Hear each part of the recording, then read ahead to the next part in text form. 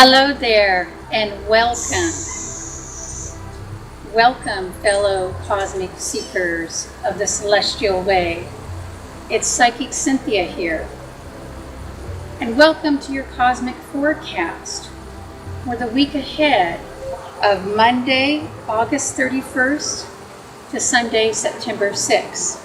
And this is your forecast for August 28th, 2020. Welcome, it's your Friday forecast. And happy full moon in the week ahead. Yes, that's right. In this week ahead, we'll be having the full moon in Pisces. And depending on what time zone you're living in, that will either be technically on Tuesday, which is September 1st, or Wednesday, which is September 2nd. Basically, for all practical purposes, though, it's on Tuesday night, even though it might be technically on Wednesday, because it's happening, if you live in the Pacific time zone of the United States, it will be happening at 10:22 p.m. that night. Again, that will be Tuesday, September 1st, 2020. But for those of us who are living in the Central time zone, that's going to be 12:22 a.m. So in other words, just after midnight, technically on Wednesday, but it will seem like Tuesday night.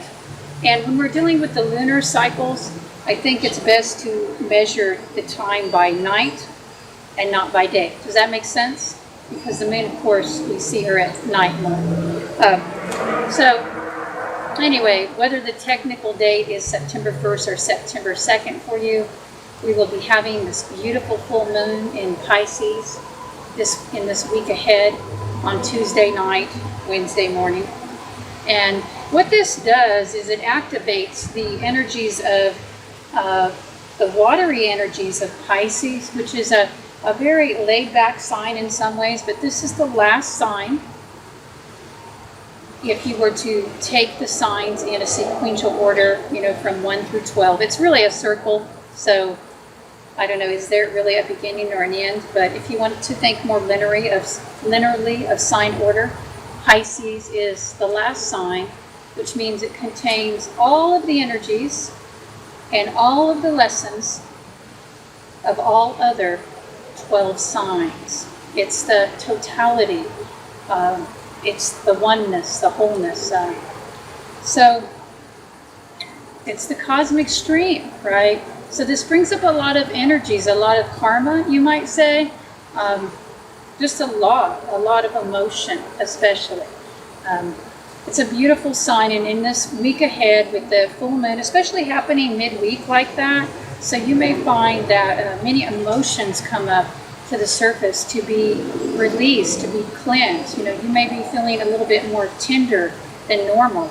The other cool thing about Pisces, it's a very creative, otherworldly, spiritual sign. So definitely you could find yourself slipping into the realm of fairy, or more open to communications from your guides. And this is especially true in this week ahead because we do have some connections to Uranus. The full moon itself and also the sun at the same time of the full moon, they're making some aspects to Uranus. The moon will be what's called a sextile to Uranus. So this is an opportunity period, and Uranus is it's a very interesting planet, but it's a planet sometimes of brilliant breakthroughs and inspirations. Now, we do have Uranus in retrograde, and I did a forecast about that a few weeks back, so you can check out that if you want for more info. But these would be more along the lines of breakthroughs, on the spiritual level or on the inner planes, insights and ideas, maybe even relating to the past or past that you've already started, projects you've already started. Anyway, I do think that this full moon will activate some of that Uranus energy, with it being in Pisces and then Uranus being in Taurus, which is a nice earthy energy. Now, Pisces is a pretty spacey sign. So you may feel the urge, especially around midweek, maybe even a little bit before. If you're watching this video earlier, it usually comes out the Friday before the forecast period. So you may already be feeling it in the weekend before, the urge to just escape, because Pisces is a very escapist sign.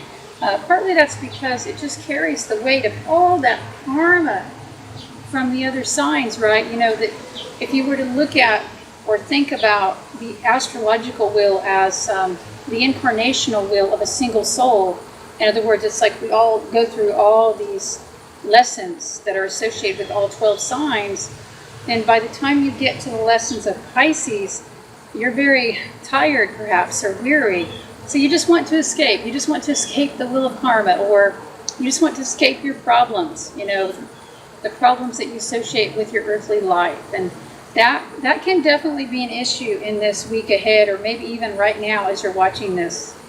That conflict, I would even say, that tension between the urge of Pisces to be creative and to have, this beautiful spiritual connection with the guides and with the higher self, versus the Virgo, which is the opposite energy. You see, when the moon is full, you have the moon in a certain sign and then the sun in the opposite. That's what makes a full moon, is that, that moon is receiving the full light of the sun for the month. So the Pisces moon is receiving the full light of the Virgo sun. They are 180 degrees apart. They're in opposition. And that can be a complementary energy. I do feel in many ways it is, because this Virgo sun helps us to ground. But there can be conflict between the two, because the Virgo, we're in that Virgo sun period right now, and will be until around September 23rd, I believe. So that is focusing on reality. That is focusing on getting organized, getting back to business, cleaning the house, organizing the herbs, figuring out the schedules. And then on a spiritual level, Virgo is spiritual discipline, practice, and also implementation of your spiritual ideas. I mean, it's one thing, for example, to own a tarot deck or to own a set of runes.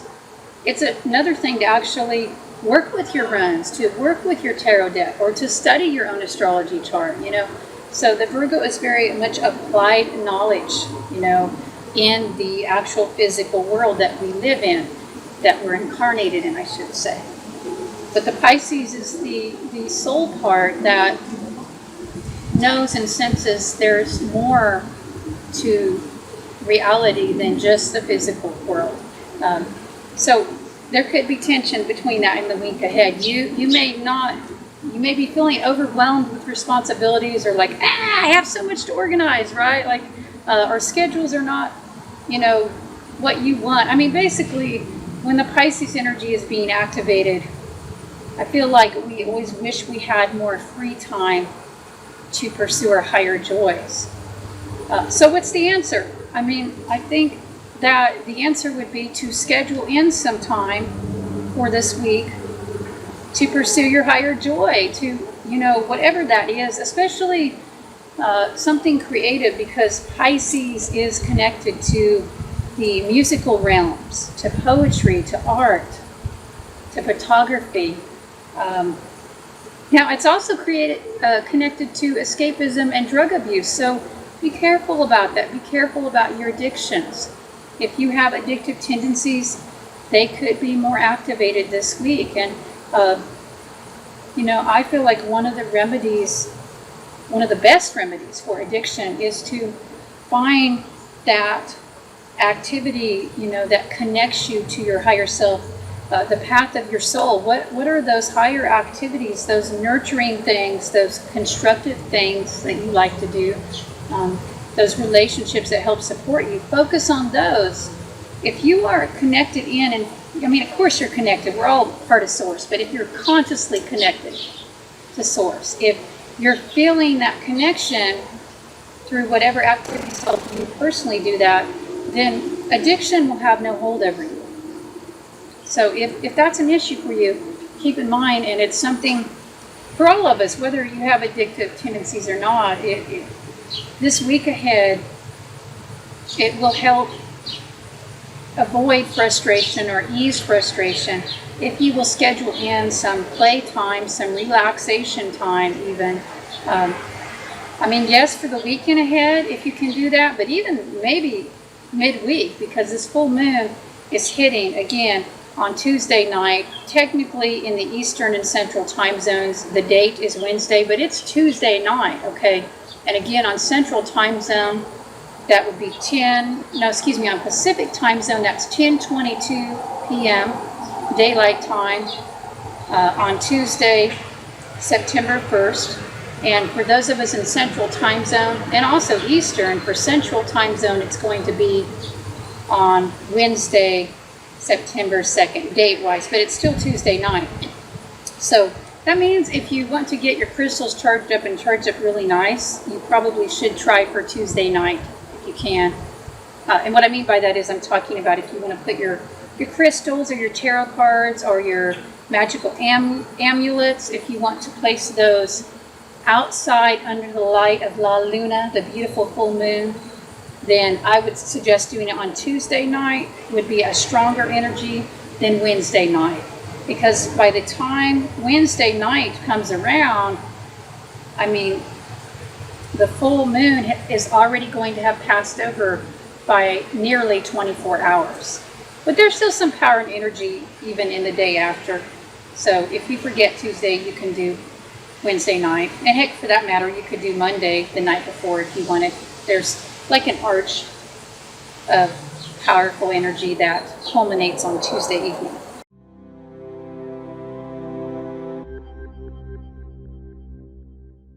So that's the big news next week in terms of celestial. Now, because it's a full moon forecast week, I did want to add in a little something extra. And so I went ahead and I asked the gods, I asked the spirits, the guides, our ancestors, if they would give us a rune reading, for this full moon and for the week ahead, maybe just for the full moon cycle ahead, so for one full moon cycle to the next, but especially for this full moon week. And the rune that I received was on Zeus. And on Zeus, I believe, is number 4. Is that right? Yes, number 4 in the Elder Futhark. And this is Odin's rune. Now, the only thing about it is I got this rune reversed, so upside down. Now, not every rune reader reads reversals, but I certainly do. And the runes know that I do, so they will communicate with me through reversals. Because that's the way it works. If your runes know that you read reversals, that you'll pay attention, they'll start using that, as a communication device with you. So I do pay attention to that. It's very interesting to get Anzu's reverse because, this is Odin's rune. In Odin, in this kind of system, the runic system, this is the supreme spirit energy, universal energy, and it's reversed. So, that's not exactly what we want to see, but the runes are giving us a warning. They're trying to help us for this cycle and for this week ahead. And the word Anzus, it has several meanings in the Old Norse tongue and in Icelandic and all these different Northern European languages, but it's connected to actually God. It actually means God. It means ancestor. It means star or celestial. Isn't that interesting?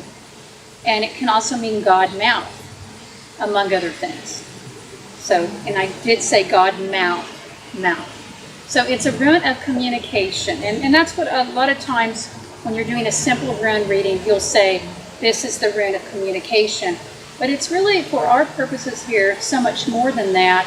It's communication with the gods, with the divine, with our higher self. And it is showing us, because it is reversed, that perhaps in this week ahead and maybe even slightly longer, that flow of communication is blocked. There's a blockage there. And when that happens, basically the celestial light is dimmed, you know, our own light, because we come from the stars. We are made of stardust. You are made of stardust.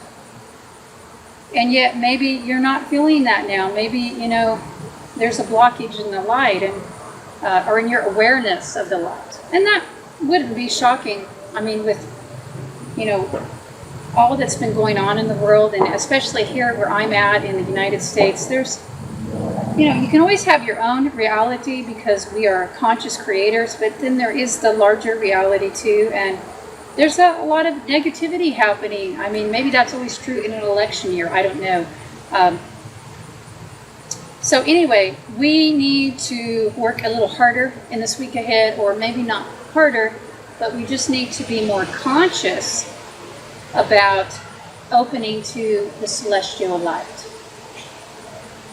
and opening to the communication with our guides, with our higher selves, and with the ascended masters. In the northern tradition, you can think of that as the elves, because they are called the shining ones, or the divas. So if you can, especially around the time of this full moon, spend some time consciously opening to your higher self, consciously opening to your guides and to the elves and to the ancestors. Don't forget about your ancestors, even if you don't know a lot about your ancestors. They know you. They care about you. They are the ultimate guides for us. And they want you to do well. They want you to have abundance, to have health, and to have healing. So you're not alone, and you can call upon them. And maybe you just need to remember that in this week ahead. And I could see that too. You know, another sort of shadow side of Pisces is depression. I think it's a shadow side of both Pisces and Virgo. That people who have these signs strong in their charts, or when these signs are activated in the collective cosmos, you know, there can be more of a tendency towards depression, a little bit more of a gloom and weariness, or just tiredness. So let it go and give it over to your inner light. Give it over to your guides, to your ancestors. Ask them for help. And do give a little bit of effort to opening the lines of communication. This might be a good week to have a reading. If you're feeling clear enough, you can do it for yourself using an oracle tool. If you're able to not be so biased, you can ask the runes, you can ask the I Ching, you can ask the tarot, or whatever your oracle tool of choice is. If you're in an emotional space where you can receive, where you can hear, in other words, if you're not too attached, too desperate, too worked up, then, you know, this is something you could do for yourself and should. But if you are in a state where you're feeling overwhelmed or just depleted, or you don't have enough energy, you know, to do the reading for yourself, then seek the help of a gifted psychic or counselor. It could even be somebody in your family or a friend. It doesn't always have to be a professional. I think that many of us have somebody in our inner circle that can do good readings. So they may not do great readings, but it may be good enough for what you need for now. So yes, seek the counsel of the gods in this week ahead. Seek the counsel of the soul. Don't just be entrapped in the earthly reality. I mean, not that this is just a trap. This is a fabulous garden. I mean, that's why in the northern tradition it's called Midgard. You know what that means? That's middle garden. It's also middle enclosure. The enclosure, though, is protective, to protect us, well, from falling out of this playground, so to speak. So this can be a fun and fabulous adventure, and you can have a wonderful, refreshing and relaxing time in this week ahead of the Pisces full moon. If you'll just let yourself do that, if you'll schedule some time for relaxing and rejuvenating and connecting to the music, to the art, to the psychic realm, to whatever inspires you.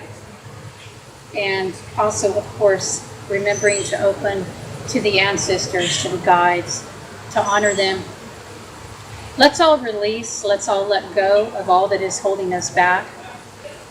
in this wonderful week of full moon in Pisces, which is the ending. It is a lunar ending. It is a time of release, a time of cleansing. Let the healing waters of Pisces flow over you. And may you be blessed, may you be cleansed, and may you feel the unconditional, sublime love of the celestial light of your ancestors and the cosmos, dear one, in the week ahead.